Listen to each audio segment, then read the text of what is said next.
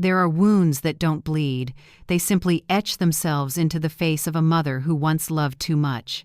That day, I heard my daughter speak, her voice sweet as dew but cold as steel. "Mom, sign it.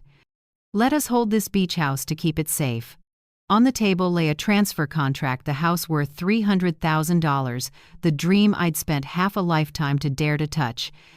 I looked at my two children, once the light of my life, now two strangers counting digits in their mother's eyes.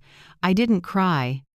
I poured more tea, smiled softly, and set my hand on the recorder button fixed under the table. Outside, the waves kept breaking steady like my heart, slow, steady, and no longer afraid. Because sometimes, the moment you realize family ties also have a price is when you finally learn the true value of freedom. And I just sat there, calmly watching the first day of their payback begin. If you're still listening, tell me where you're watching from. Every comment you leave is another mark in this journey. And if this story has touched you, don't forget to hit like so it can reach even further. My name is Josephine Myers, 67 years old, living in Clearwater, Florida, where the sea is crystal blue and the wind tastes as salty as memory. For 10 years, Mother's Day has been nothing more than a quiet morning to me. No knock at the door, no flowers delivered, only the ticking wall clock and the old air conditioner's soft breath. I still woke early as usual, brewed coffee, set the table, and laid out the hand-embroidered cloth my mother left me, a habit no one remembered but me. I arranged white porcelain plates, set out butter cookies and a tray of fresh strawberries. I cooked Southern-style beef stew, the dish Lauren and Tyler once fought over as kids. Back then, whenever I made it, we'd sit around the table and laugh late into the night. Now, that kitchen held only the sound of a spoon tapping the pot and the smudged noise of fading memories. By 10 a.m., I checked my phone only to see a blank screen. No texts, no calls. I opened Facebook, telling myself maybe my kids were busy.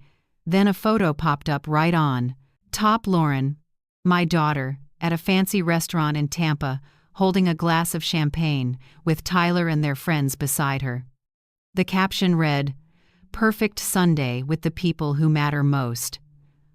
I looked at that line 3-4 times until it blurred with the steam from my cup.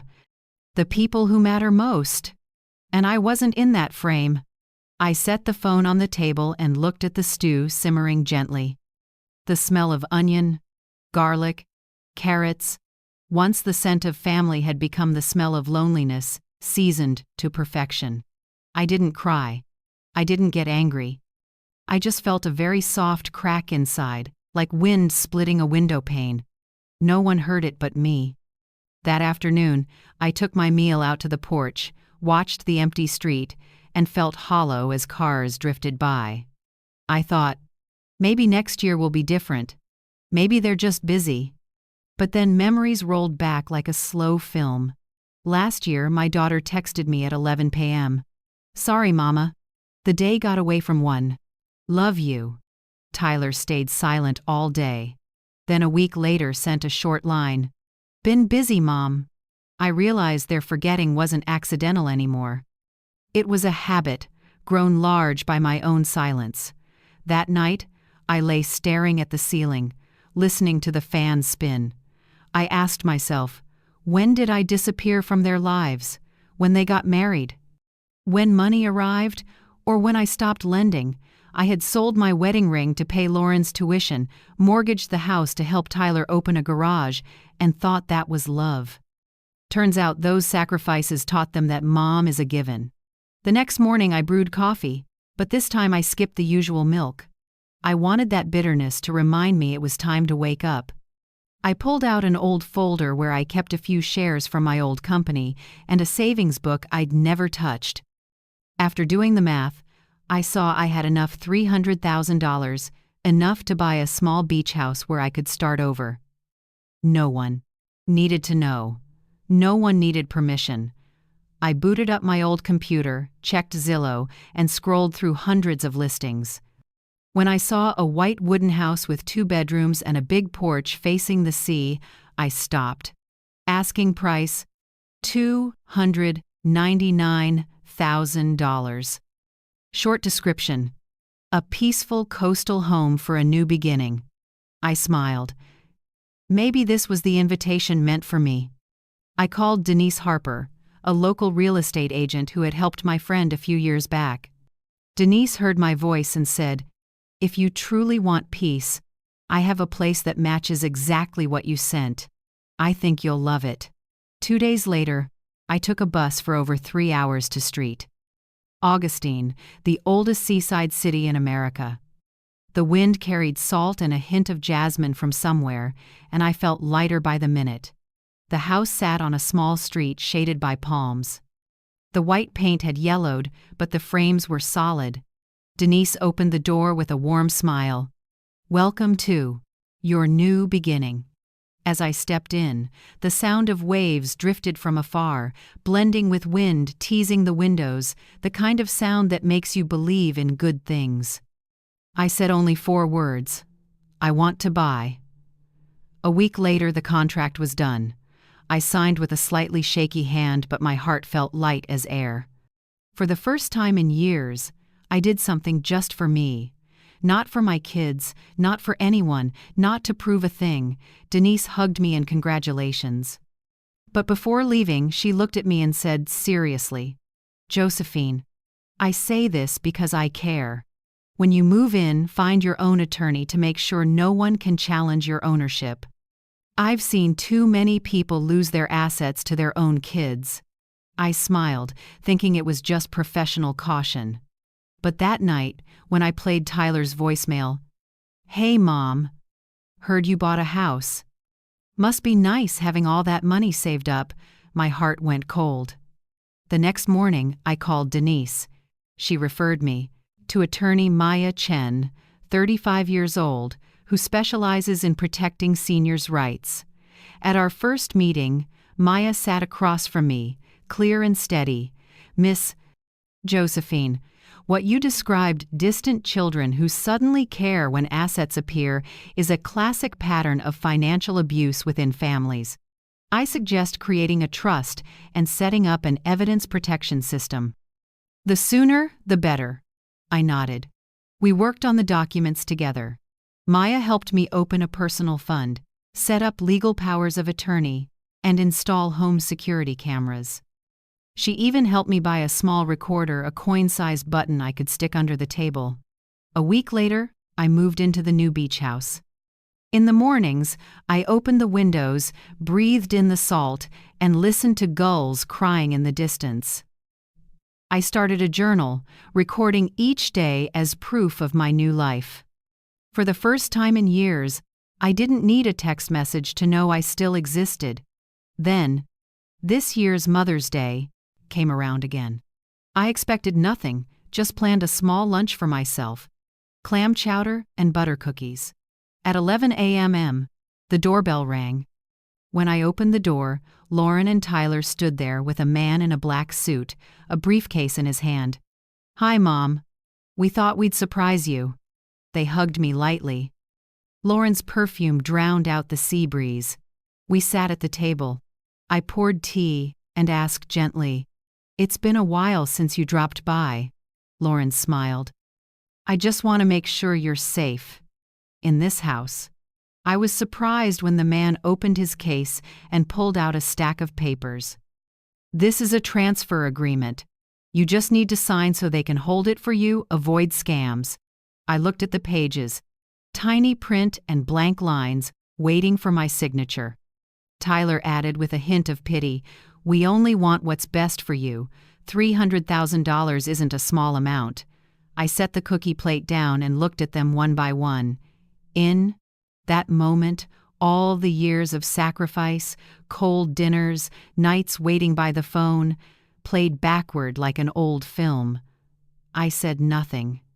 I just poured more tea, smiled, and let my hand slide under the table to brush the recorder button. The soft click blended with the distant surf. Outside, sunlight flickered on the tea like a small flame. They thought I was weak. They thought I'd sign today. But they didn't know that on this Mother's Day, they hadn't come to take. They'd come to start facing the price of what they'd done. Sometimes I ask myself, when do people start walking away from you when they leave home, or the moment they stop listening? After that Mother's Day lunch, when my children left behind half-finished teacups and an unsigned contract, I sat a long time in the kitchen. The scent of butter cookies still lingered, but the warmth had gone long ago. I looked out at the sea as sunlight slanted across the water, and the old years began to rewind in my mind, like a faded film. I once believed we were a small, happy family, just the three of us, but full of love. After my husband left for a younger woman, I had no time to cry. I worked 2 jobs, by day at a grocery store, by night cleaning hospital rooms. I remember the late shifts, the disinfectant soaking into my hands, and thinking, as long as Lauren and Tyler get a proper education, it's all worth it. Lauren was the good student, the one with kind words. I sold my wedding ring, the last piece of jewelry from happier times, to pay her college tuition. I smiled and said, one day you'll wear another ring, not to recall the past, but to start a future. She hugged me, promising she'd take care of me after graduation. I believed her. Tyler, my only son, had skillful hands and loved cars from the start. When he said he wanted to open a repair garage, I took out a bank loan and mortgaged the old house. I thought, if I push a few more years, he'll have a career. I didn't know that was the moment I signed an open-ended contract of sacrifice. Time passed, and while I lived by a packed work schedule, their calendars began to be empty of me. On holidays they'd say, "Mom, plans changed this year, we're traveling with friends." The first time, I pretended to be cheerful. "Go ahead, I'm fine at home." The second time, I only asked, "When will you be back?" By the third time, I stopped asking. I still cooked full dinners and set 2 extra plates, habits of a mother who hadn't caught up to the fact that her kids had grown. Year by year, those plates stayed spotless from start to finish, because no one sat down. On my birthday, Lauren sent one single text, a cake emoji, a heart, no message, no call. I stared at it, imagining her face as she hit send, probably just a few seconds between a meeting or lunch with coworkers. Tyler was worse, he forgot. 3 days later, when I texted, "How are you?" he replied with 3 words. "Very busy, Mom." I asked myself, when did I slip out of their frame? Was it when they got their own homes, their own families? Or when I stopped answering loan requests and started saying no? I remember Lauren once came over, hugged me tight, and said she urgently needed $500 to pay the electric bill. I pulled out the cash, even though I had a little over $600 in my wallet. She promised to pay it back by the weekend. That weekend came and went, then the next month, then the next year, the promise buried under silence. Tyler was the same. Whenever the garage struggled, he'd call, "Mom, I just need a little. You understand?" I understood, and I gave. Until one day I opened my expense notebook and saw a total that stunned even me, over $70,000 in 4 years. I gave a sad smile. Not because I regretted the money, but because I realized love and trust had been drained. With nothing returned, I started screenshotting every text and saving call logs as a way to keep proof, not to sue, but to remind myself never to forget the truth. I created a folder on my computer called Silent Years. Whenever I felt weak, I opened it and reread each line. "Mom, it's urgent. Just this once. I'm busy. Talk later." And I remembered why I had to be strong. Neighbors sometimes asked, "Haven't seen your daughter visit?" I just smiled. I learned to cushion the question with a smile. Inside, though, each question snipped one more thread tying me to hope. I stopped setting the table for ghosts, stopped calling just to hear a half-hearted voice, stopped waiting for goodnight texts. One summer evening, I watched a travel show about Florida beach homes. The sunset on the screen made me want to live again, not as a forgotten mother, but as a woman who still deserves peace. I opened my computer and created a new folder titled Coast Plan. I wrote out each line. Estimated home price: $300,000. Furniture: minimal, self-decorated. Home insurance: choose expanded safety coverage. Moving costs: $2,500. Emergency fund: $15,000 for legal situations. I wrote with a shaky hand, but each word was a piece of strength I took back for myself. I began selling what I didn't need: the vintage teacup collection, a few old paintings, the armchair my husband used to sit in, posted them all online. The house grew emptier, and strangely, I could breathe better than ever. The more space I cleared, the louder I heard my own voice. "You've endured enough, Josephine." Each morning, I opened the window to sunlight falling on a table set for one. I brewed coffee, watched the steam rise, and whispered, "It's okay. One is enough." Then, on a February night with a soft rain, I stood before the bathroom mirror under the yellow light. The lines by my eyes and mouth, each one a record of a patient year, I touched my cheek and said aloud, as if making a promise to myself, "I will stand by me." That small sound warmed my chest, like someone had opened a door. I slept better that night than I had in years. No more dreaming of a ringing phone, no more waking to phantom chimes. Just rain pattering on the roof, and a peace I'd never known. The next morning, I got up early and mailed my resignation. I decided to sell the old house and move somewhere new, where the past couldn't cling.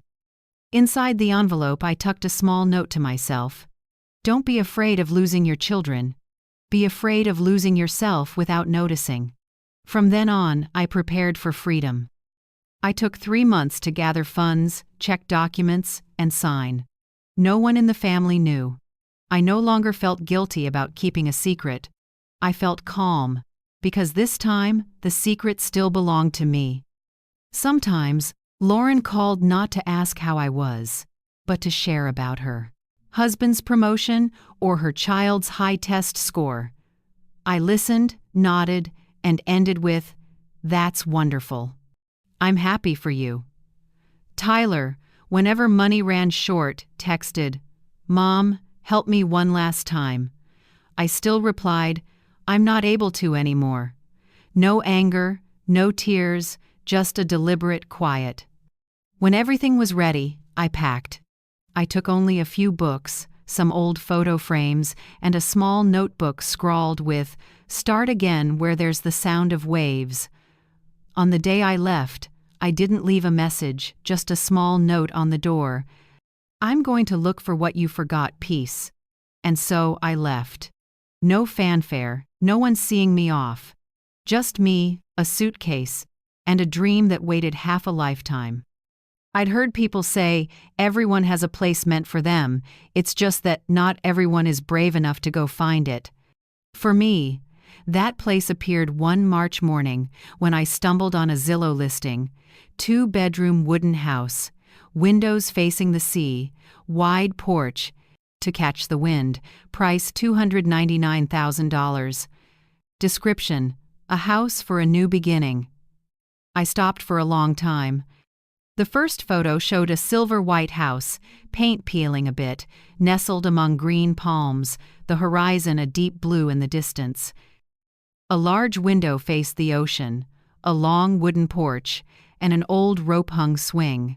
Something in that image touched me, a peace that felt like I'd lived there in a dream. I called Denise Harper, the agent recommended by an old friend. Her voice was bright and sincere. "Hello, Miss Josephine. If you're truly seeking peace, I think I've found the very house." 2 days later, we met in Street Augustine, the oldest seaside city in America. The sky was glass blue, the wind carried salt and jasmine.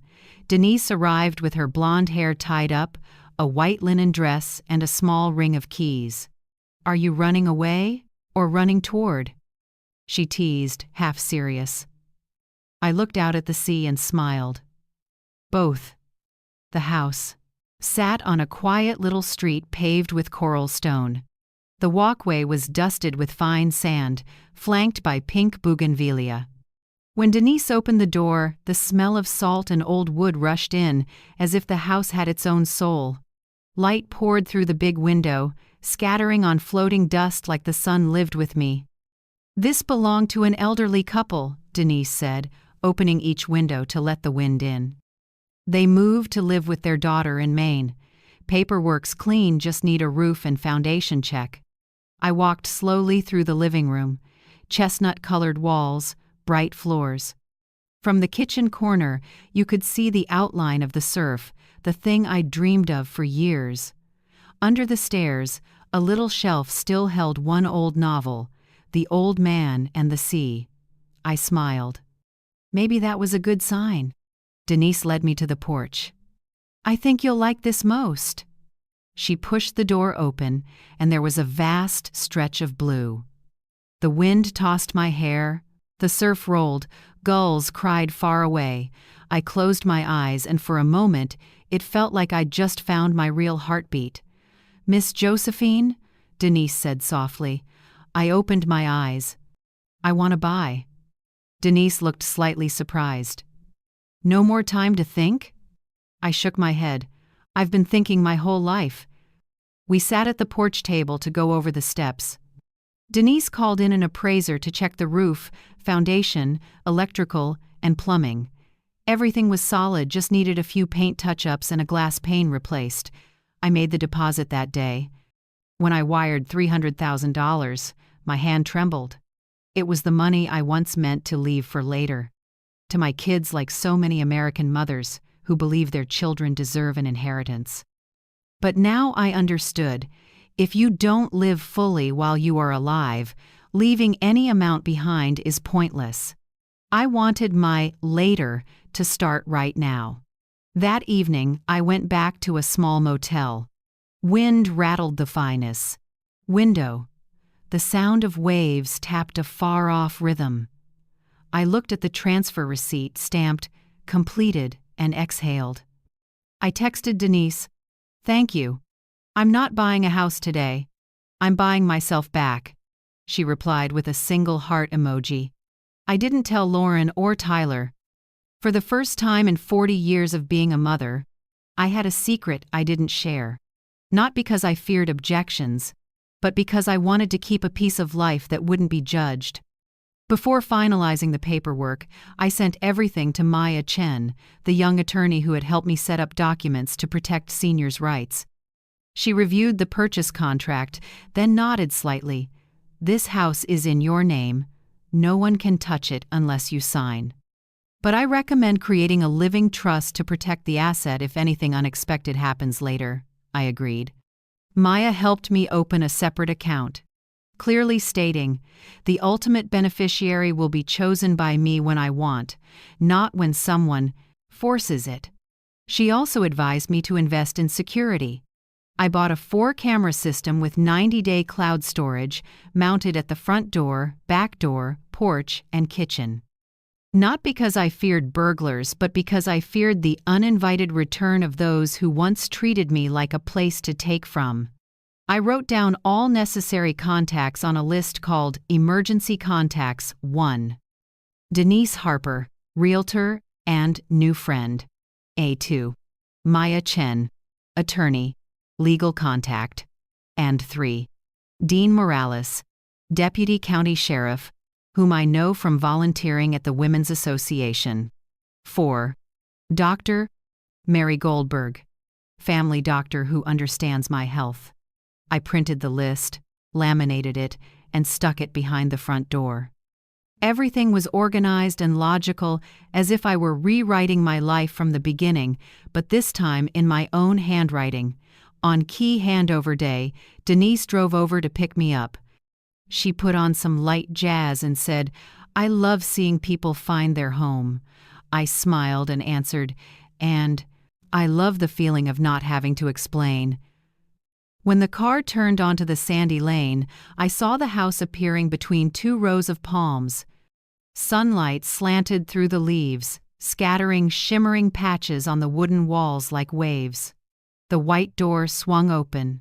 Wind rushed in, carrying the scent of the sea and of beginnings. I stepped inside, placed my hand on the wood, and felt warmth left by the sun.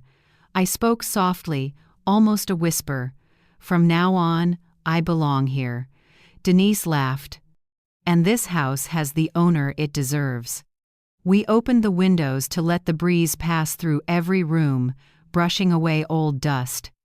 Denise helped me set the table again and hang a nameplate, "Josephine's house," by the door. She said, "Every house has its own soul. You just need to give it breath." In the afternoon after she left, I sat on the porch and watched the sunset slide down the water. I turned on the old radio. The previous owners left. Frank Sinatra drifted softly. The sea wind slipped through my hair, reminding me of evenings when I was young and believed peace existed only in songs. But now I knew. It was truly here, all around me. I brewed a cup of tea, set it on the railing, and gazed out. The sea poured gold, birds gliding by and leaving thin black strokes like memory. I said quietly to myself, "All right, Josephine, you finally came home." That first night, I put on fresh sheets, turned off the lights, and left the window cracked for the breeze. The waves were steady like a lullaby. I closed my eyes, and for the first time in years, I didn't dream of a ringing phone. The next morning, sunlight streamed through the big window, lighting the dry salt streaks on the railing. I made coffee and sat on the porch steps, watching fishermen haul their nets in the distance. No traffic noise, no city sounds, only wind and sea and me. I opened my laptop and created a new folder, "New Chapter." Inside it, I wrote the first line. Today, I officially stepped into the rest of my life, not to wait for anyone, but to live. I saved it, closed the laptop, and looked at the ocean again. The water shone like a mirror, reflecting my face, aged, but no longer sorrowful. It was the face of someone newly free. After I moved into the wave-facing house, I thought I was safe enough. But soon I realized, peace needs protection too, not with locks, but with clarity. Maya, the young attorney I trusted, called me on a Monday morning. Her voice was firm but warm. "Miss Josephine, now that you have your own home and independent assets, the next step is to make sure that if anything happens, every decision still belongs to you and no one can change it." I stayed quiet for a few seconds, listening to the surf outside the porch. Then I answered, "Go on, Maya." She sent me a list, a new will, medical and financial POAs, powers of attorney, a statement of assets, and even guidance on setting secure bank passwords. "You must designate who's allowed to act on your behalf if you can't sign," Maya said clearly. I knew she meant my children, Lauren and Tyler, those who once used taking care of Mom as a banner to seize that power. I said softly, "I won't let anyone decide my life again." 3 days later, Maya came to the house. We sat on the porch while the afternoon light tilted through the palms. She opened her laptop and read each clause: Healthcare proxy, Dr. Mary Goldberg, financial agent, Maya Chen. Will beneficiary, not disclosed. I signed. The pen moved slow and sure, like carving a vow. From now on, no one could sign for me unless I allowed it. When Maya left, she squeezed my hand. "You did what many can't, setting boundaries with your own family. That's not selfish, it's self-preservation." I nodded, a small but honest smile. That evening, I began standardizing security at home. I ordered a video doorbell that connects to my phone with cloud storage. Dean, the Deputy sheriff I know from volunteering with the Women's Association helped me install it. He showed me how to enable motion sensors, change the Wi-Fi password, and create a separate guest password. You'll be surprised, Dean smiled. A lot of asset grab cases start because someone knew the victim's Wi-Fi password. I laughed, never imagining something so small mattered. But inside, I felt grateful to him, a man who speaks little and does much. Dean also suggested a wall safe. He said, "Don't keep everything at the bank. You need a secure spot inside your home." I did exactly that. The safe was mounted behind an old painting in my bedroom. I carefully placed inside my passport, savings book, home purchase documents, insurance policies, and a USB drive with screenshots of texts, call logs, and my bank statements. I photocopied everything in duplicate, one set to Maya, one set for Denise to keep at her real estate office. Denise didn't ask much. She simply rested a hand on my shoulder and said softly, "Stay cautious. Not because you're paranoid, but because they made you be." I went quiet. The truth in that line made my heart sting. A week later, I received a reminder letter for a routine checkup from Dr. Howard Feld, the geriatrician. I proactively added a request for a comprehensive cognitive evaluation. When I said that, "Doctor," Feld looked at me curiously. I smiled. "Just to make sure I'm sharper than people think." He chuckled and agreed. The assessment lasted over 2 hours. He asked how many words I could recall after 3 minutes, had me redraw shapes, then posed hypothetical financial scenarios. When we finished, he nodded and signed the record. Good cognition, independent reasoning, no signs of decline. I looked at that paper and felt relief. It wasn't just a medical record, it was a legal shield if someone ever tried to claim I was incompetent. But there was something else I needed: inner quiet. I found Dr. Naomi Price, a therapist in town. Her office was small, with landscape paintings and a gentle mint scent. On the very first day, she asked, "What's hardest for you, Josephine?" I answered honestly, saying no to my children. We spoke over many sessions. Dr. Price helped me see that kindness doesn't mean accepting harm. She taught me simple phrases I'd never dared to say. "No, I can't lend you money anymore. No, I don't agree to let you decide for me.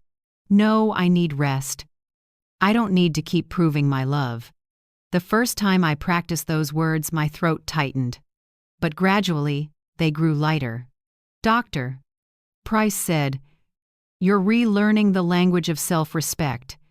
It isn't loud, but it carries weight." At the same time, I began archiving every piece of evidence. I made a folder on my computer called "If There's a Case." Inside were screenshots of messages, bank histories, repair invoices, ownership certificates, and weekly backed-up security camera clips. I noted dates, times, and people involved. Not because I wanted a fight, but because I refused to let truth be taken again. I also started a Coast journal. Each morning before coffee, I wrote down one thing I was grateful for. Day 1, I'm grateful I can still hear the waves. Day 10, I'm grateful I've learned to sleep without waiting for the phone. Day 30, I'm grateful I've stopped being afraid. The journal slowly thickened, handwriting slanted, ink in blue and brown, each line a brick I used to build my peace. I also formed a morning walk habit. At 5:30, before sunrise, the wind tasted salty, and the sand was still cold. I walked the shoreline, counting waves instead of promises. They say the waves are never the same, yet they always return just like me. Even pushed far, I still found my way back to myself. Sometimes I met neighbors exercising, Mr. Martin walking his dog, Miss Ruth picking shells. We greeted one another, then quietly watched the sea. Few words were needed, just the sense that each of us was seeking our own peace. After a few weeks, I noticed my phone rang less. Lauren stopped calling often. Tyler sent one text asking if, "You still have your savings?" I replied, "I'm fine, don't worry." That was it. No more, no explanations. I wasn't a 24/7 switchboard for my kids anymore. Instead, I started caring for myself in the simplest ways. Every morning, I swam not in a warm pool, but in the real ocean where the cold water numbed my skin. At first, I only waded near shore, water to my knees. Then, day by day, I went farther. The cold sliced like a blade, yet each swim felt like my brain rinsed away old memories. I called it my neural rebirth therapy. "Doctor," Price said, "you've found your own way back to life." In the evenings, I wrote my monthly plan: renew home insurance, update account passwords, send thank you, notes to Denise and Dean, water plants, replace porch bulbs. Each bullet was small, but for me it was how I maintained sovereignty over my life. No one did those things for me anymore, and no one was allowed to take away that sense of control. One late night, while I was folding a blanket, the phone rang. Unknown number. I picked up and heard a man. "Mrs. Josephine Myers? I'm with the insurance company. We need to verify ownership of the house in street." Augustine. I paused for a few seconds, then smiled. "I'm the homeowner. I have all documents. Tell me what you need, and I'll send it immediately through my attorney." The line went silent for a few beats, then disconnected. "Do you have a mother or father living alone?" After the line, "I'll send it through my attorney," what else do you think they should prepare? Share what you've experienced in the comments. Your story might help protect someone else's peace. I sat on the sofa and felt my heart beat slow and steady. No more shaking. No more fear. I realized, when you prepare thoroughly, others run out of chances. That night, I went out to the porch and watched the moon rise over the ocean. Silver light stretched like a giant mirror. I poured a small glass of wine, raised it, and whispered, "To a new Josephine, who knows how to say no, how to keep quiet, and how to believe she deserves peace." The wind moved through the porch carrying salt and warm wood. In the dark, I felt safer than ever. 3 quiet weeks passed, as if the sea conspired with me, keeping all secrets in its waves. Every morning, I still walked the sand with a small notebook to write that day's gratitude. My life was simple, almost meditative. Morning coffee, a few lines in my journal, sunlight through the window, the mingled scents of salt and wood. I began to believe that Lauren and Tyler had stopped caring, or at least stopped trying to interfere. But on a Friday afternoon, the phone rang. Lauren's name appeared on the screen. My heart slowed a beat. I let it ring 3 times before answering. Her voice floated in smooth as honey, sweet to the point of counterfeit. "Mom, where are you?" "I miss you so much." Those 3 words, "miss you so much," fell light as feathers, but I heard the metal hidden inside. I leaned back and kept my tone even. "You miss me? It's been 3 weeks without a single text, and today you suddenly miss me?" Lauren gave a strained laugh. "I know. I was wrong. But I've been so busy, Mom. Where are you living? I'll drive over. I just want to see you." I was silent a few seconds, then asked, "Who gave you my address?" There was a pause. Very short, but enough for me to understand. Well," a neighbor said. "They saw you move. I just want to make sure you're okay." I pressed my lips together. A clumsy answer, and I marked it red in my mind. No one in the old neighborhood had this address. I'd carefully erased every trace, which meant someone had been digging. I said quietly, "I'm fine, Lauren, thank you.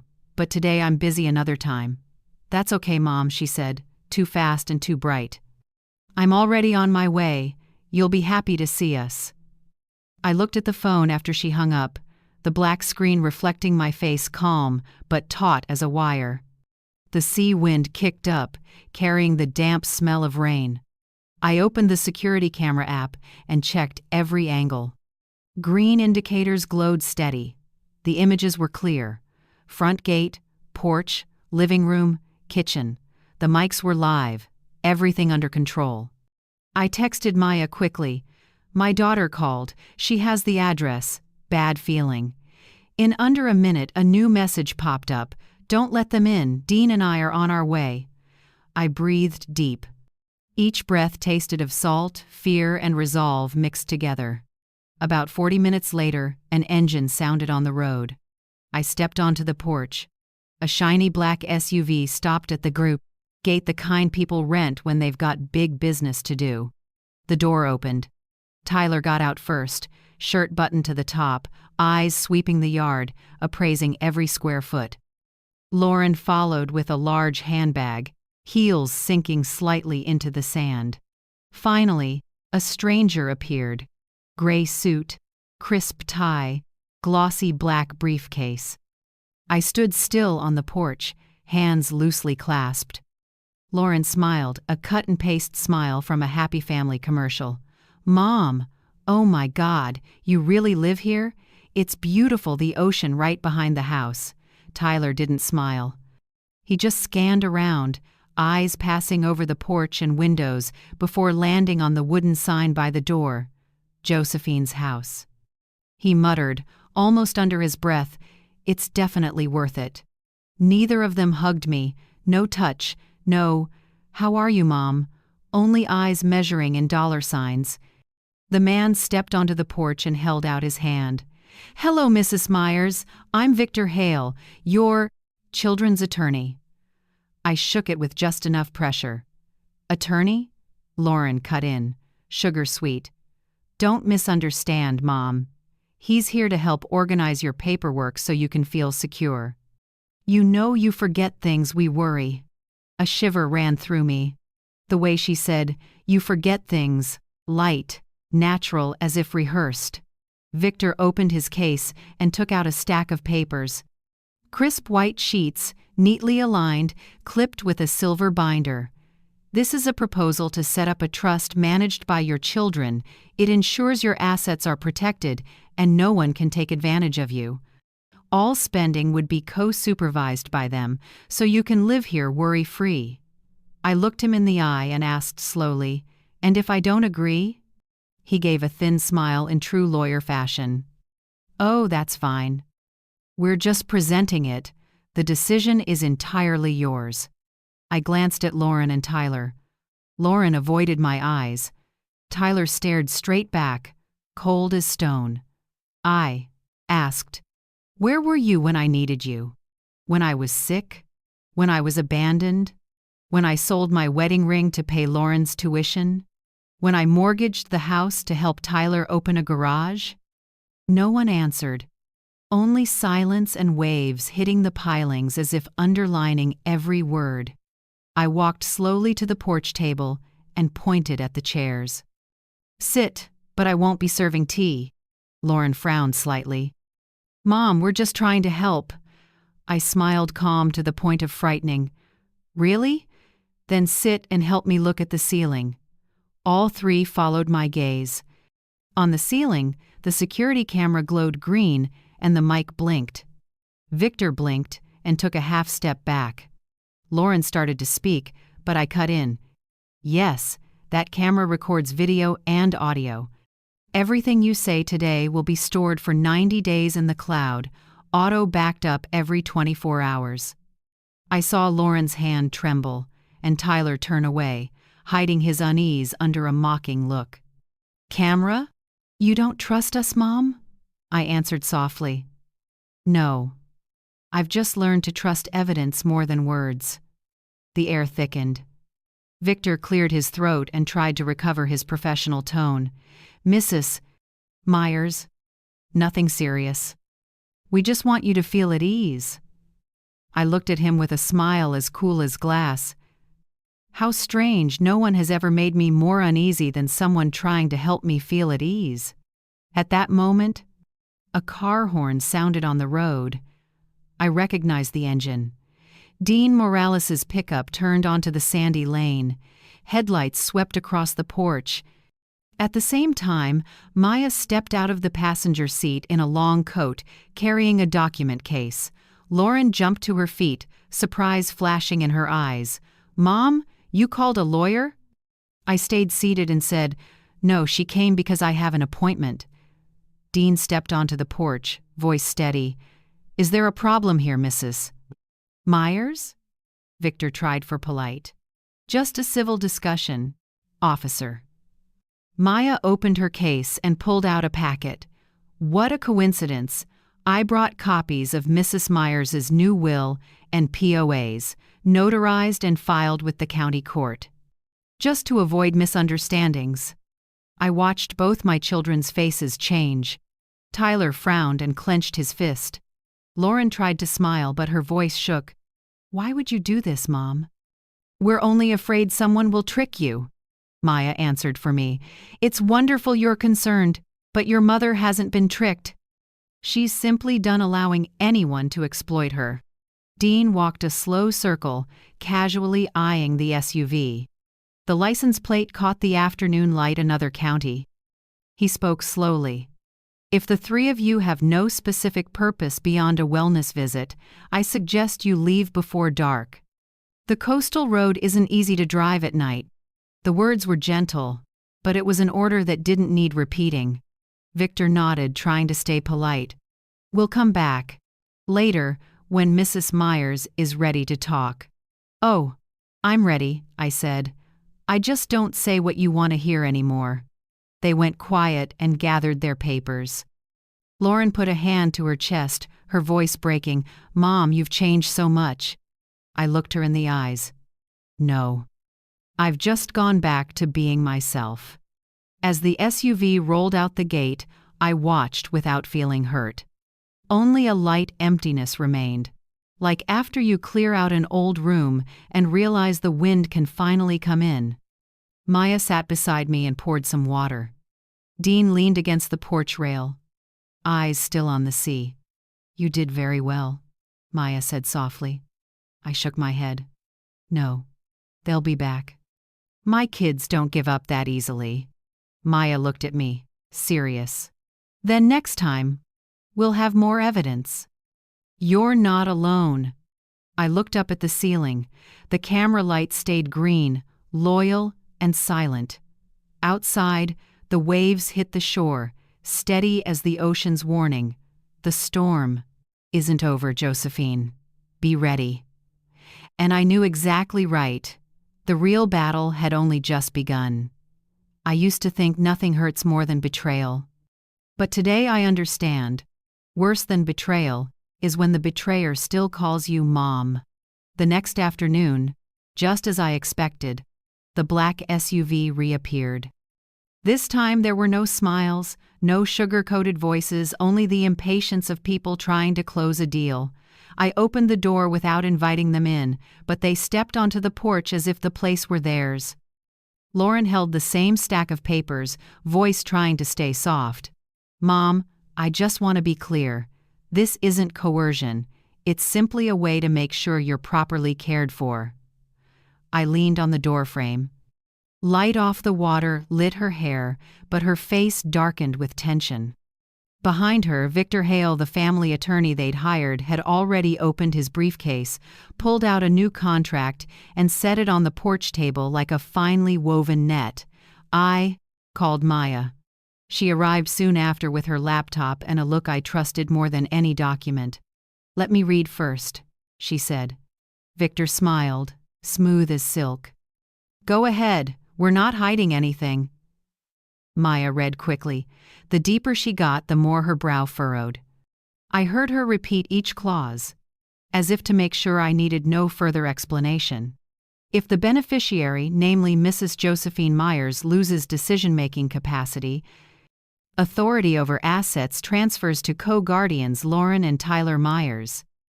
Expenses for long-term medical care may include selling the primary residence to cover costs, and all actions are deemed lawful so long as they are in the best interest of the ward. The wording was cold as steel, wrapped in pristine paper. Maya looked up, straight at Victor. So if she signs, you can sell this house without her consent simply by labeling it medical expenses. Am I correct? Victor gave a thin smile. Of course, but that would only happen if she's no longer competent.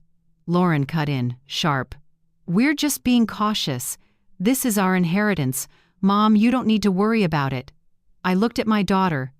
For a second I saw the little girl who once ran through the house to show me her first drawing. Now the woman in front of me talked about inheritance while her mother was still alive. I answered slowly, one word at a time. Money that belongs to me while I'm alive is not inheritance. It's work, blood, and time. And it's still flowing in me. The porch went silent. Only the waves hit the pilings steady, strong, and sure. Victor slipped back into his smooth negotiator's tone. Mrs. Myers, we're not trying to make things hard. Sign. And in return, your children promise to call every week and visit often. It's a win-win. I laughed once hoarse and short like ice clinking in a glass. You're bribing me with affection? Trading a few phone calls for my right to be a person? Victor hesitated, and Lauren lowered her head to avoid my eyes. Dean, still by the window, tracking every move, spoke in a calm, firm voice. Mrs. Josephine Myers is the lawful owner of this home.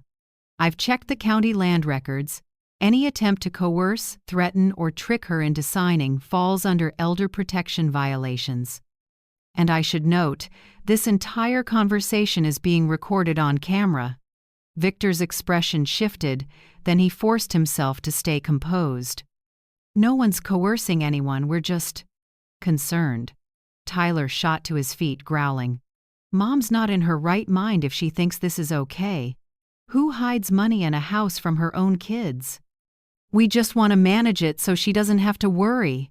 I looked at my son, eyes bloodshot, not from love but from anger. I pulled the cognitive assessment from Dr. Feld out of my bag and held it out to him. Here. Dr. Howard Feld, geriatric specialist, signed. Results. Good cognition, independent reasoning, no signs of decline. If you still doubt me, I'll test again, but this time you come with me, so we can see who's more blind. Tyler crushed the paper in his fist, face reddening. Lauren tugged his sleeve, whispering, Stop! He yanked away and slammed the paper onto the table. Fine, play it your way. But don't think we'll stand by forever. I looked at Victor, who quietly tucked the contract back into his case, eyes cold and calculating. He knew he couldn't win today, but that look, part arrogance, part warning, said this fight wasn't over. Before leaving, Lauren turned back. Do you really want to cut us off, Mom? I answered softly, without a trace of anger. No, I just want to cut off anyone who treats me like a walking wallet. Lauren bit her lip and turned away. The black SUV backed out, tires grinding through the sand, leaving deep, crooked ruts like torn promises. When they were finally gone, I stood on the porch and listened to wind whistle through the cracks. The sky shifted to dusk, half light, half dark, the same conflicted color as the kinship laid bare before me. Maya packed the documents, sliding their contract into an evidence envelope. Do you want me to file this with the court now? She asked. I shook my head. Not yet. They'll be back, and next time we need them to reveal everything themselves. Maya nodded, understanding. Dean stepped closer, voice low. You did well, but I'm afraid next time they won't come with just paperwork. I looked at him and smiled wryly. Then I won't have just paperwork either. He smiled, tilting his head. You really are a woman of strategy. After they left, I locked the door and drew the curtains. The house went quiet, only wind thudding against the window frame. I poured a glass of water and sat, hands wrapped around it for warmth. I looked around the wall clock, the little cactus, the lamp glow on a black and white photo of me when I was young. Everything was calm, only my heart still trembled, not from fear, but from the sorrow of seeing the truth stripped bare. "Conditional family," I murmured, the words falling into the air like a cruel definition. I once believed love was unconditional. But today I saw clearly. For many, family lasts only until they get their signature on your assets. I set the glass down. My hands still shook a little. Not from weakness, but the last tremor of someone slipping free of fear. I opened my laptop and backed up the footage into the folder. If there's a case. New file name. Trust. Fraud. Recording. 1. MP. 4. I attached a note with the date, time, and attendees. A small but sturdy system like a fence I built around my heart. Outside, the wind rose. Waves pounded the shore, white and relentless. I looked out the window and said quietly, "Peace isn't the absence of storms, it's learning to stand steady in them." I smiled, then lifted the stated, "Water replacing tremor, replacing prayer. Thank you for letting me not sign today." A month after the day I refused to sign, I thought things had settled. But peace, so I learned, is never a free gift. It's envied, especially by those who share your blood. That morning, while I was watering the porch flowers, the mailman stopped. He joked with a smile, "Looks like you're famous, Mrs. Myers, court mail addressed just to you." I couldn't smile back. A chill ran down my spine when I saw the thick envelope stamped by the street. Johns County Court. I carried it inside, sat at the table, letter opener shaking in my hand, white paper, black print. Neat, cold, petition to declare incapacity and appoint legal guardians, Lauren Myers and Tyler Myers. I read it twice. Every word thudded against my heart.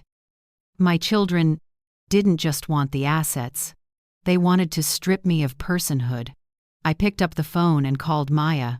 Her voice came quick and firm. "Don't panic, Miss Josephine. We won't play defense, we'll counterattack." That afternoon, Maya came over. She didn't wear her usual black suit, just a white blouse and hair in a neat bun. On the table, a new stack of files. Copy of the petition. Notice of hearing. Hearing date, the 12th of next month. She set a hand on the file, calm voice, eyes bright as flame. "We won't wait to be interrogated. We'll prove you're fully competent and that the ones claiming to care for Mom are angling for her property." I nodded, though my throat felt tight. "Where do we start, Maya?" She pulled a notebook and read quickly. "We need witnesses, medical records, and social proof. I'll make a list." Then she wrote, clear line by clear line. 1. Denise Harper. The realtor confirming the home purchase was entirely lawful and you decided every detail yourself. 2. Deputy Sheriff Dean Morales. Witness to pressure and threats from the children. 3. Dr. Howard Feld. Cognitive assessment proving no decline. 4. Dr. Naomi Price. Therapy report confirming full emotional stability. The home purchase was a proactive, healthy decision. 5. Former neighbors, to testify that the children neglected their mother for years. I looked at the list and felt a little lighter. It wasn't a one-woman fight anymore. 3 days later, I met Dr. Feld again. He greeted me with a kind smile. Maya told me about the suit. "Don't worry, we'll do this by the book." This time he ordered the full battery: short-term memory, verbal response, reasoning, reaction time, spatial awareness. 2 hours of focused work. When we finished, he peered over his glasses. "Miss Josephine, I see many people your age, but few keep this level of sharpness." "I'll sign the statement. No signs of cognitive decline." I thanked him and shook his hand, as if reclaiming a piece of dignity. It wasn't just a medical form, it was an ID card for my self-trust. The next day, I saw Dr. Naomi Price. Same office, mint scent, a seascape across from the chairs. I told her about the petition. She shook her head. There's a name for what you're going through. Gaslighting of the elderly. When family tries to make a senior doubt her own memory. I gave a dry chuckle. My grandchild would call that modern family care. She laughed, then turned serious. I'll write the report. You're fully stable, fully capable, and your actions buying a home, planning, installing security are proactive decisions, not outside influence. I nodded, knowing that report would be the softest, sharpest weapon. That night at home, I stood before the mirror. A 67-year-old woman stared back, no makeup, but steady eyes. Maya had advised, "You need to rehearse answers to their lawyers' questions.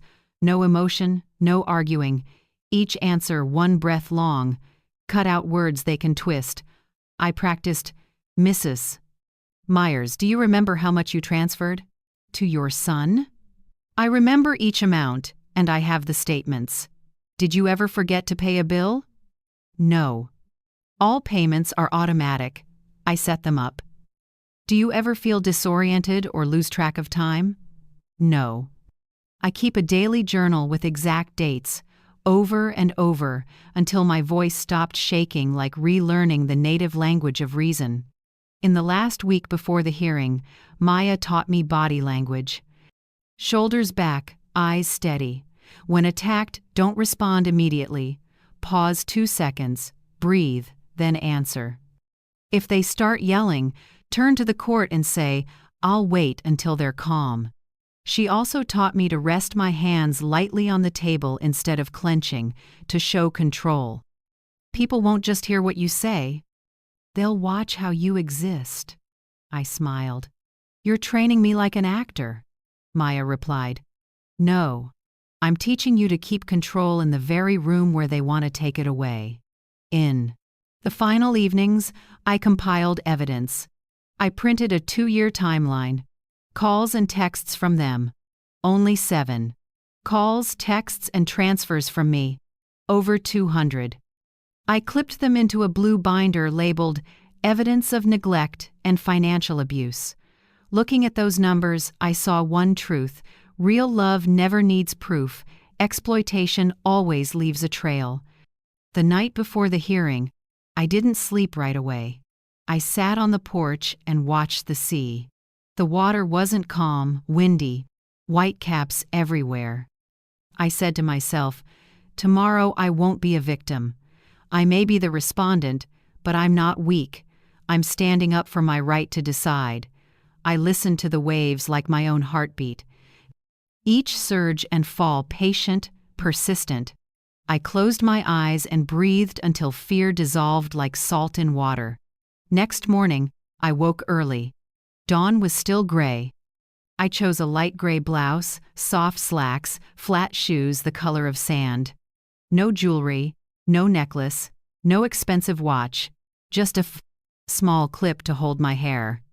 I wanted to enter the courthouse as myself, unarmored, but unbowed. Before leaving, I paused to look around walls, windows, stripes of light through the curtains. I whispered, "Don't worry, little house. I'll protect you and myself." Then I shut the door. The lock clicked small sound, but it rang like an oath. Dean waited by the car. Maya sat up front with the case on her lap, eyes intent. "Ready?" she asked. I smiled and fastened my seatbelt. Yes. Time to learn the art of being a defendant without lowering my head. The car rolled slowly along the coastal road. The sun edged up behind the palms, light flaring in the rearview mirror. I saw my face there, old but bright, tired but proud. Waves thumped in the distance, singing a quiet encouragement. "Go, Josephine. This time, don't be afraid. You're headed toward your own justice." The street? Johns County courtroom wasn't large, but the air was cold enough that I clasped my hands for warmth. Cream-colored walls, dark benches, and light pouring from high windows made the room solemn and heavy, as if every breath could be recorded. I sat at the defense table beside Maya. She opened the file and nodded to steady me. "Stay calm. Today belongs to the truth," I answered with a small smile, though my heart pounded like surf before a storm. Across the aisle, Lauren and Tyler sat at the plaintiff's table in dark clothes. In front of them sat Victor Hale, the family attorney, with the calm face of a man too used to putting lipstick on lies. When the judge entered, everyone rose. The hearing began. Victor opened, voice precise and sharp like a freshly honed blade. "Your Honor, my client's two devoted children only want to protect their mother. But Mrs. Josephine Myers has acted impulsively, irrationally, and shows severe self-isolation. She liquidated old assets, cut off contact with her children, and handed financial authority to an outsider, a young lawyer she barely knows. We believe she can no longer make reasonable decisions." Each word, impulsive, irrational, unreasonable, was a pebble thrown at my face. I looked down. My hands lay calm on my lap, knuckles white. Victor went on.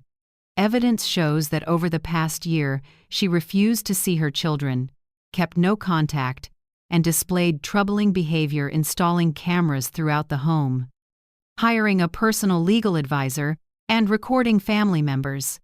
In our view, these actions stem from a victimization delusion, not sound judgment." Maya didn't interrupt. She waited. And when he finished, she stood, her voice light but clear. "Your Honor, we request to play the video evidence." The judge nodded. Maya signaled the technician. The large screen lit up with the first clip. It was Mother's Day last year. Me in my old kitchen setting 2 bowls of soup, a small mousse cake, and a card still unsigned. Maya spoke evenly. "Your Honor, this was Mother's Day.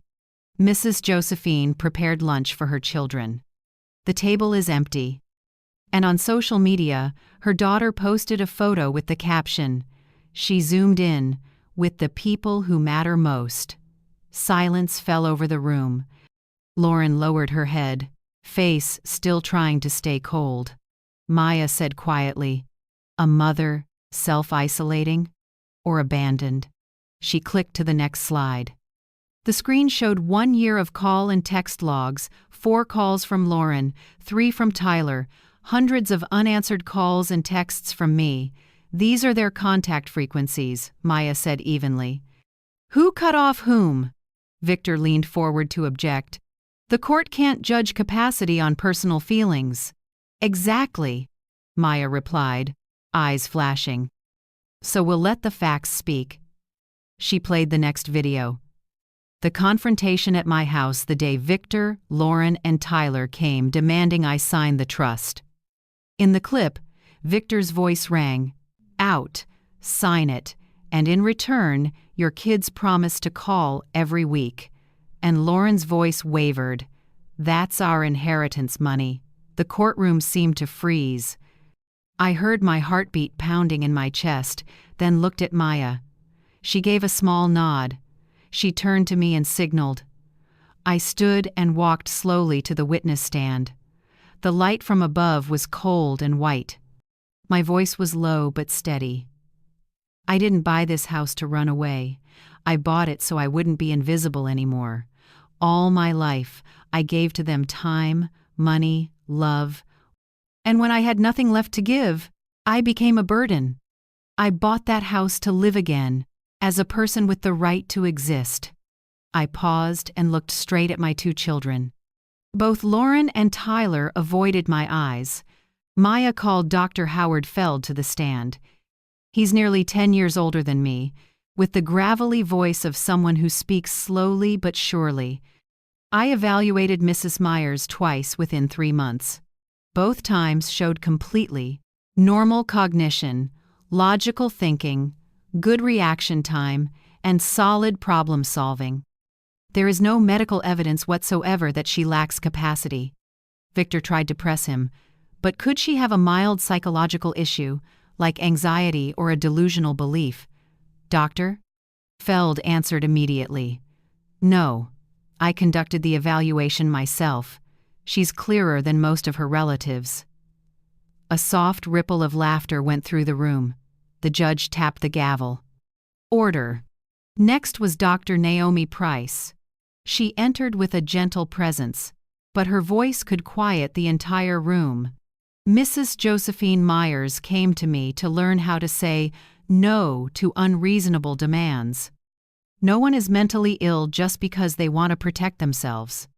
On the contrary, that's a sign of emotional recovery. Maya smiled, then motioned for the next witness, Denise Harper, the real estate agent. In a light blue suit with her hair pulled back, she spoke clearly. I handled Mrs. Myers's home purchase. She reviewed every detail: foundation, electrical, property taxes, insurance, maintenance fees. There was no sign of confusion or impulsivity. Every decision was carefully considered, and she signed only after reading each clause. Finally, Deputy Sheriff Dean Morales took the stand. In uniform, he moved slowly but with authority. During my role as witness and security support, I found no sign of fraud. What I did observe was psychological pressure from the two adult children, including threats, insults, and attempts to force a signature. Victor sat silent, gripping his pen. Lauren exhaled hard, and Tyler kept his head down, avoiding the judge's eyes. Maya rose, closed the file, and her voice rolled out steady, each word as clear as waves breaking on rock. Your Honor, this is not the story of a frail, confused mother. This is the story of an older woman reclaiming her autonomy and of children trying to use the law to launder their greed.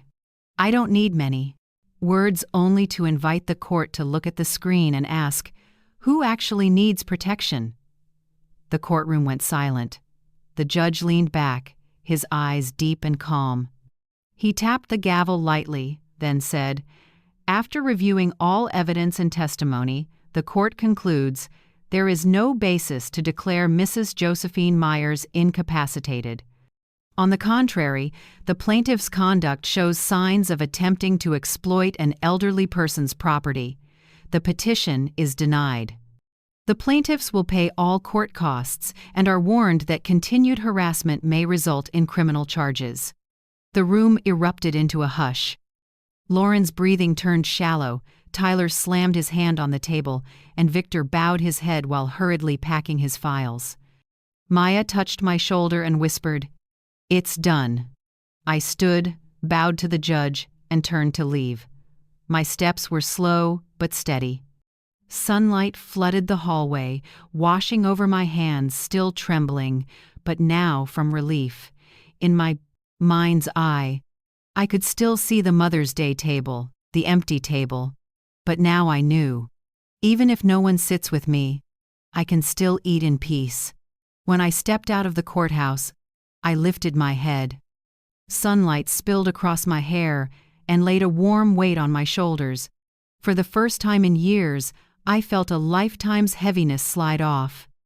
Not because I'd won the case, but because I was no longer treated as someone who had to prove she was sane enough to live.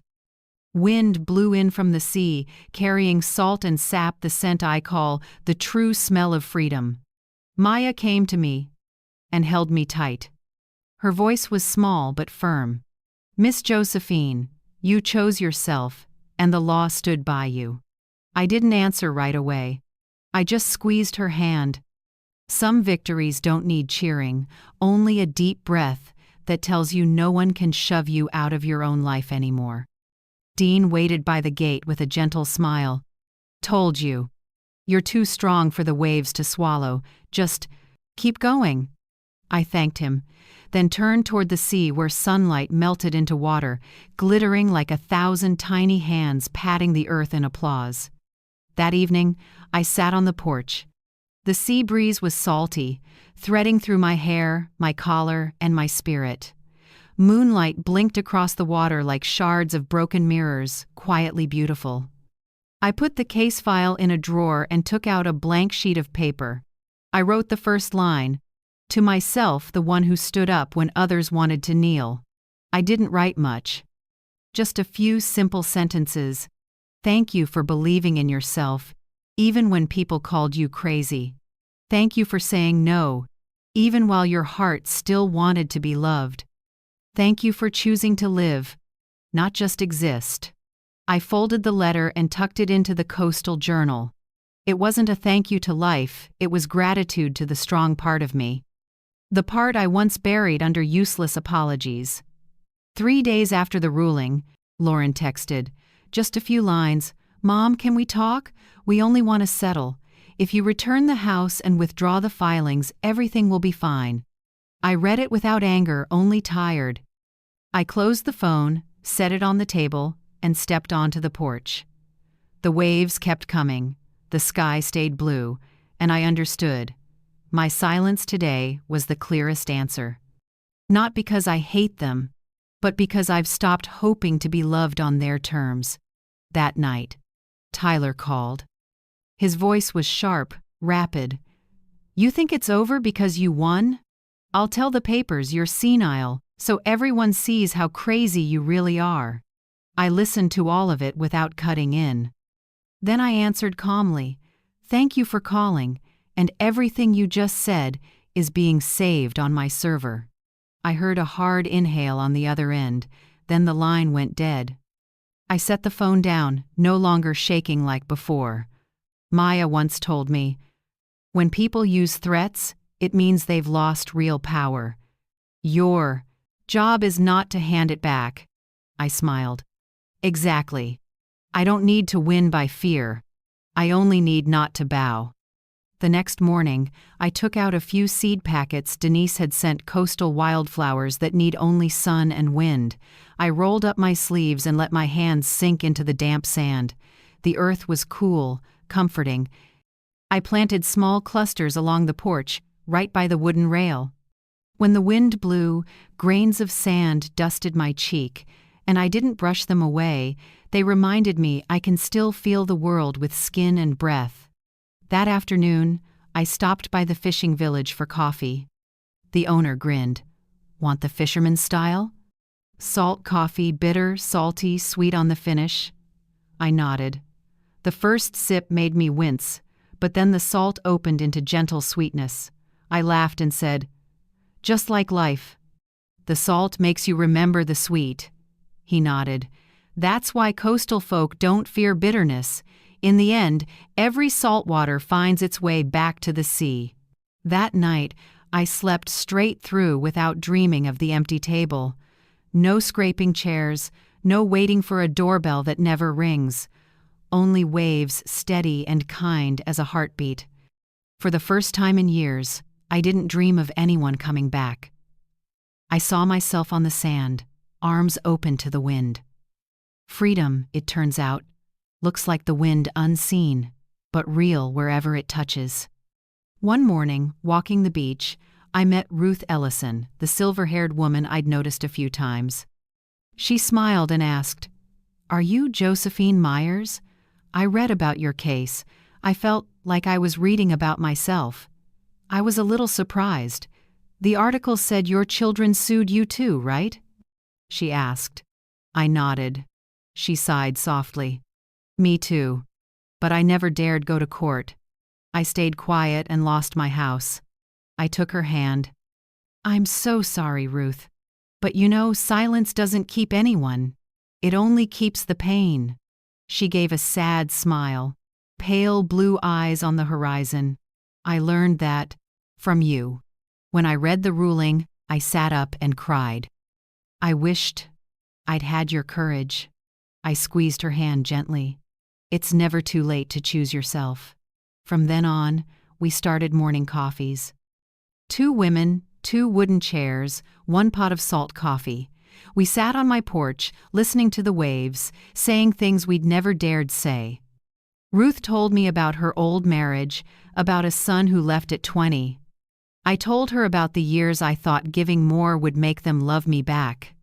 We didn't complain, didn't cry. We just talked and sometimes sat quietly together. Once, when I said I still write one thing I'm grateful for each day, Ruth smiled. I write one thing I no longer need. Yesterday I wrote, I don't need to prove I'm a good mother. I laughed. Good one. Then today I'll write, I don't need to apologize for protecting myself. One breezy morning, Ruth said something I'll never forget. The wind was strong, the waves loud, but her voice was clear and warm like a prayer. Peace is an asset, Josephine.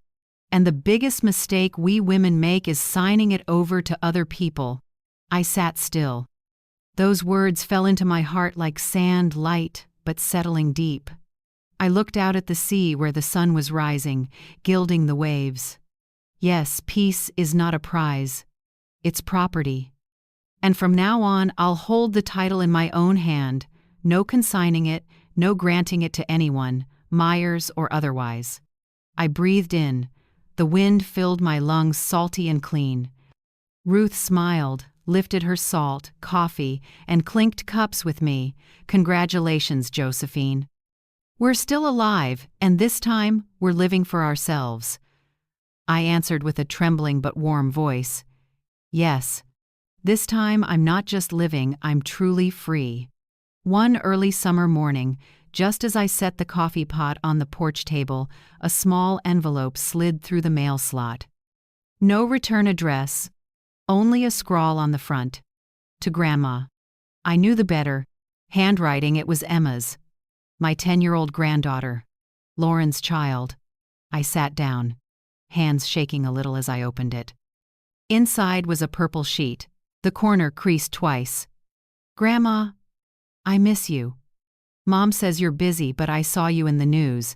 I don't understand everything, I just know you're not bad. When I grow up, I want to be like you, able to say no and still be kind. I love you lots. P.S. Do you still have a cat? I read it over and over, each line like a needle touching the softest part of my heart.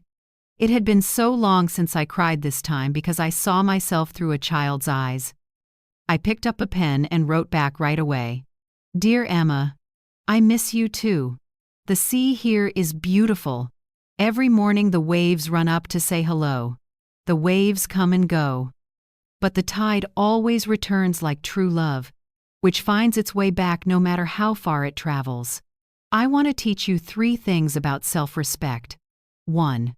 Never stay silent when your heart says no. 2. Don't believe anyone who calls you selfish for protecting yourself. 3. When others turn away, stand tall. Your straight back helps your head stay high. I don't have a cat yet, but lots of birds sing on my porch every morning. If you visit, I'll tell you all their names. Love, Grandma. I folded the letter, slipped it into an envelope, and mailed it with careful handwriting. For the first time in months, my heart felt calm as the morning sea, no undertow, just light spread across the water. That evening, Ruth, Denise, and I hosted our first Thursday night book circle. We sat around a small round porch table, each with a dog-eared book and a hot cup of tea. Denise chose The Old Man and the Sea, Ruth brought The Color Purple, and I read a short passage from Maya Angelou's journal. When I read, I can be changed by what happens to me, but I refuse to be reduced by it, Ruth pressed a hand to her heart. That was written for us.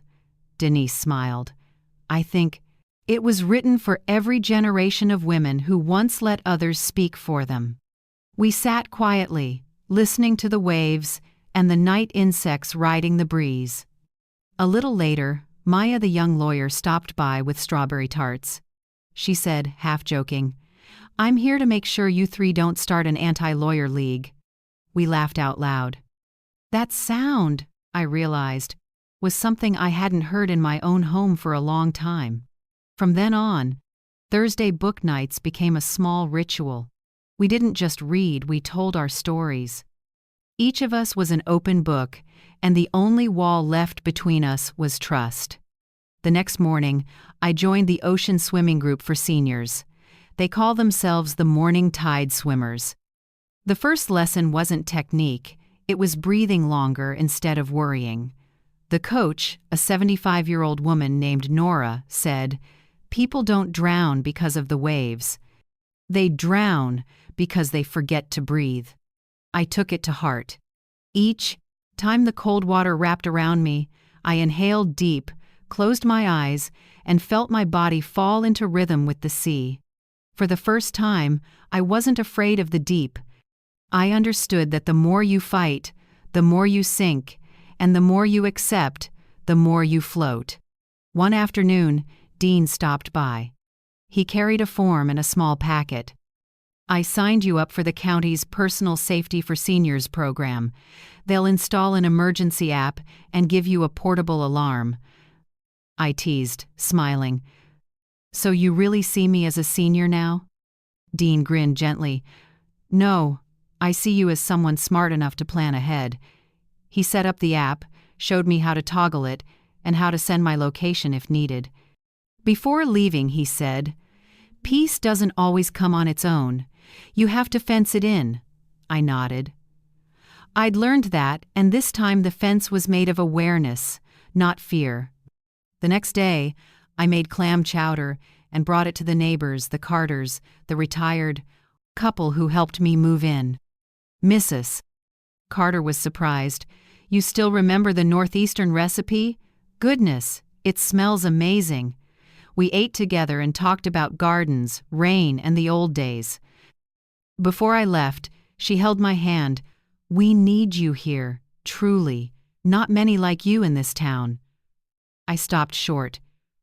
"We need you," the words stung my eyes. For years I'd only heard, "We need you for one more thing," and behind that always came money, labor, or sacrifice. Now, for the first time, someone needed me for me. That night I wrote another letter, this one for forgiveness. I wrote to Lauren, to Tyler, and even to Victor. "I forgive you not because you deserve it, but because I deserve peace." Forgiveness isn't the same as reconciliation. It only means I'm no longer carrying you on my back. I didn't send it. I folded it and placed it in the Coastal Journal. Forgiveness, I realized, doesn't need a recipient. It just needs the writer willing to let go. The following week, I started a new project, a blog called Coastal Diary at 67. I wrote under my real name. The first post was titled, "Don't Let Anyone Write Your Ending." I told my story, from a mother stripped of control to a woman relearning how to own her breath. No frills, no philosophy, just truth. I didn't expect it to travel so far.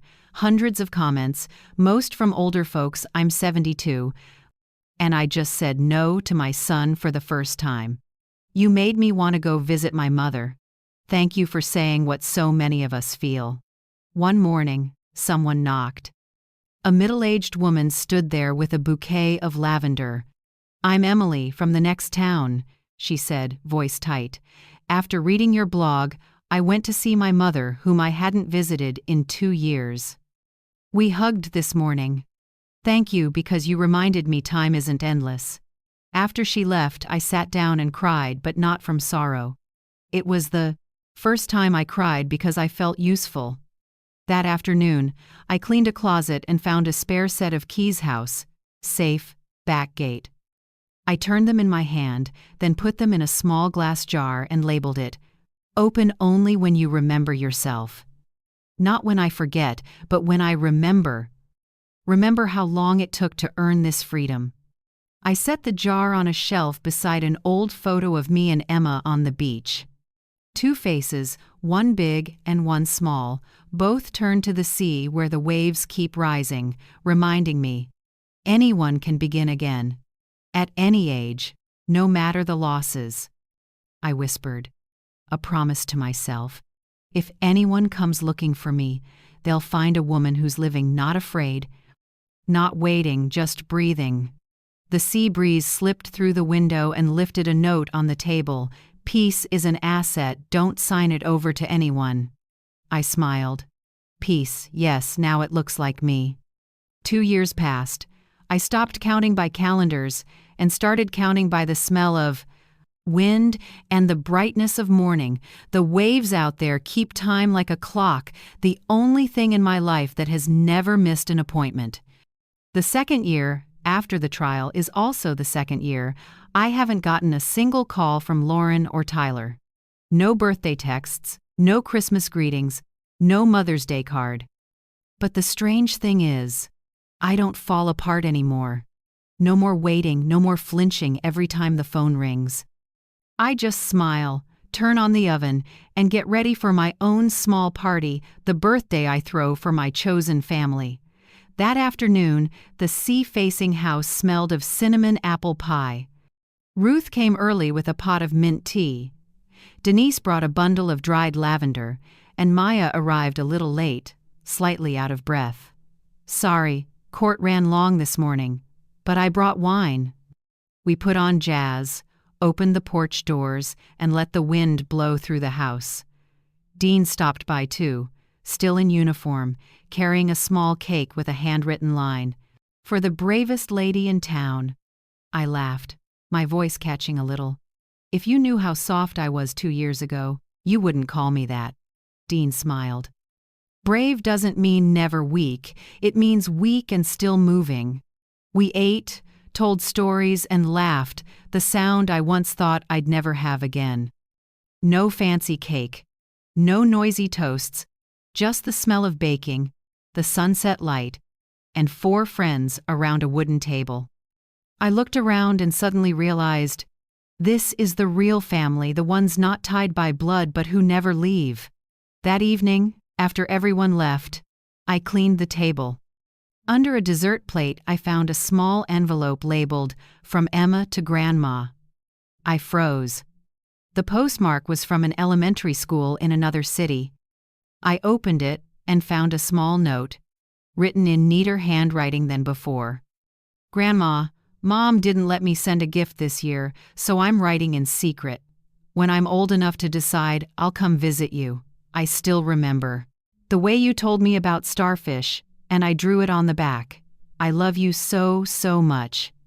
Emma." I flipped it over and saw a small drawing, 2 people, one big and one small, lying on the sand, looking up at a sky full of stars. In the corner she'd added, "I believe stars still shine even when you can't see them in the daytime." I pressed the letter to my chest. Tears fell, but they were warm not for what was lost, but for knowing something beautiful still exists somewhere, even if not within reach. The next morning, I wrote back to Emma.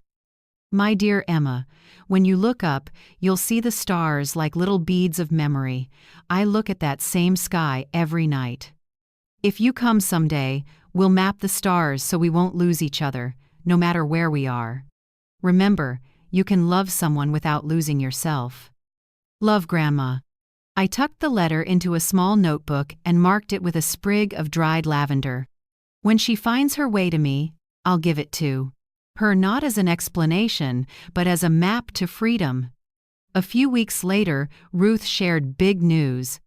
"Josephine, I'm moving out on my own." I looked at her and still saw a little worry in her eyes. "I rented a small place at the end of Ocean View. Not far. But I want to cook the first meal in my own kitchen." I was happy for her. And I knew the feeling, equal parts excitement and tremble, like learning to walk after an accident. I helped her make a safety list. Emergency numbers, the door camera spot, the porch light schedule, and regular health checkups. Ruth smiled, half teasing, half touched. "You know, I once thought I couldn't start over, but watching you, I believe I can." I answered softly. "I thought that too. Until the waves taught me everything can change direction." On moving day, I walked her to the door. That night, like always, I sat on my porch and watched the light from her new place flicker in the distance. A small light, but steady proof that some people arrive late in life, but right on time in your heart. A week later, Denise called with news. "House sold, Joe. The buyer's a widow from Maine, also in her 60s. I told her this neighborhood has good neighbors." I smiled. "Thank you, kind agent." When the woman moved in, we brought a small lavender plant and set it on her porch. She hugged me and whispered, "I used to fear starting alone. But seeing you smile, peace doesn't feel scary anymore." Walking back, Denise said, "Funny how some houses don't just change owners, they change the air." I nodded. Maybe when someone learns to live true, the place they live warms up too. Time passed, and I agreed to teach a small class at the community center. Property rights and personal boundaries for older adults. Maya suggested it. Just tell your story, no heavy law. They need to hear from someone who lived it. At first I refused, afraid my voice would shake. But that first day, facing a dozen silver heads and curious eyes, I took a deep breath and began, "I'm not a lawyer, just someone who nearly lost everything because of the word trust. Trust isn't wrong, what's wrong is trusting without limits. Boundaries don't make us selfish, they make love clean." After class, an elderly man came up and said softly, "Ma'am, I'm going home to talk to my son, not to fight, just to talk." "Thank you." I smiled. If one story helps one person keep their home, then everything I went through was worth it. That night, I opened an old album. Back then, our family photos always missed someone, the photographer, the angry one, the one avoiding the frame. Now, in the living room, I hung a new picture. Me on the wooden porch, a blazing red sunset behind me, holding a cup of salt coffee. No one cropped out, and no one needed to stand beside me to make happiness. That photo, to me, proves a life can mend. I stood before it and whispered, "Peace is a decision, not a circumstance." Outside, the waves rose and fell like the earth's heartbeat. I realized the last big wave of my life isn't loss, it's the return of myself. I inhaled and smiled. If someone asked me what happiness looks like, I'd say, "It looks like tonight's sunset, no debts owed, only fullness in your chest." One early morning, before sunlight reached the porch, I opened my laptop, set a cup of tea beside it, and wrote the final opening line for my blog. Love isn't measured by waiting, it's measured by the way we live. I read it 3 times. Simple, but it holds everything I learned in 2 years about loss, about boundaries, about loving without losing yourself. I no longer write the blog to tell stories, but to put a clean period at the end of a journey. At the bottom, I introduced something new. A scholarship in my mother's name, Eleanor's Light, for older women starting over, even if it's just a cooking class, driving lessons, or learning to Audipon Eleanor's Light. Use a smartphone. I don't have much money, but enough to start. In the description, I wrote, "My mother's light never glittered, but it was bright enough to guide me out of the fog. Now I just want to pass that light on." When the scholarship paperwork was done, Maya called, her voice moved. "You know, you didn't just win a case, you changed how people see aging." I laughed. "No, Maya, I just learned to live, not wait." On my front door, I taped a small note in blue ink. Not for sale, not for rent, not negotiating, only coffee. Half joke, half true. Plenty of people have tried to buy my beach house, offering twice the price. Some even pitched turning it into a homestay. I only smiled. This house isn't for business. It's the rest of my heart, and I won't slice it up. Every morning, I brew a pot of coffee, open the porch, and let the aroma ride the sea breeze. People say coffee smells like memory, but to me, it's the scent of freedom chosen. That afternoon, I sat on the porch and listened to the waves. The sound hadn't changed, but I had. I closed my eyes, took a deep breath, and said softly, "Thank you to the version of me who turned her back on silence." I used to fear the silence between calls that never came. Now I know silence isn't scary, it's only scary when you don't use it to hear yourself. I opened my notebook and wrote on a new page, "If they call someday, I'll open my heart but with clear boundaries." I can forgive, but I won't trade peace for kinship again. Boundaries, in the end, aren't walls, they're maps that keep us from losing ourselves. That autumn, I turned 69. No flowers, no gifts, just wind and laughter. Dean brought a small plant and said, "It's called Wind's Whisper. It blooms only when the soil is watered steadily and the grower isn't in a hurry." I smiled. Sounds like me, doesn't it? Nearly 70 years to bloom one season of peace. We sat, together without many words. Ruth came with apple tart, and Denise swung by late with fresh-cut lavender. We didn't call it a party, just an ordinary afternoon where everyone could be themselves. That night, I went to the beach. The water reflected the moon, rippling like a silver ribbon. I lit a small candle, set a cup of tea on the porch, and invited the wind in my little ritual of making peace with life. No music, no incense, just wind and salt. I closed my eyes and saw myself clearly, not the mother cut out of the frame, but the person standing in the center of her own picture. Quietly, like a thank you, I said, "Thank you, because I'm still here. And I live." If my story reaches you, maybe it's because you carry a piece of me too, the one who loved hard, endured in silence, and finally learned to stand on her own side. I want to ask, where are you listening from? A small house by a lake? An apartment in the city? Or somewhere you're learning to begin again? Leave a comment and tell me about a time you chose yourself, even if it was just saying no to what was hurting you. If this story helps you, please like and subscribe so more older people can find a way out the way we did. Thank you for your time. I don't know who you are, but I know we just shared the same breath. The breath of people who chose peace over fear. I truly appreciate you. Night fell, and the wind poured into the house with the smell of salt and a strange warmth. I stood, gently closed the blog, and turned off the living room light. By the window, the wind's whisper trembled. The moon still shone, the waves still sang, and I, the woman once labeled incapacitated, now have only one thing left to lose: fear. I sat down, took the last sip of tea, and spoke aloud my farewell to the past. I live. I don't wait.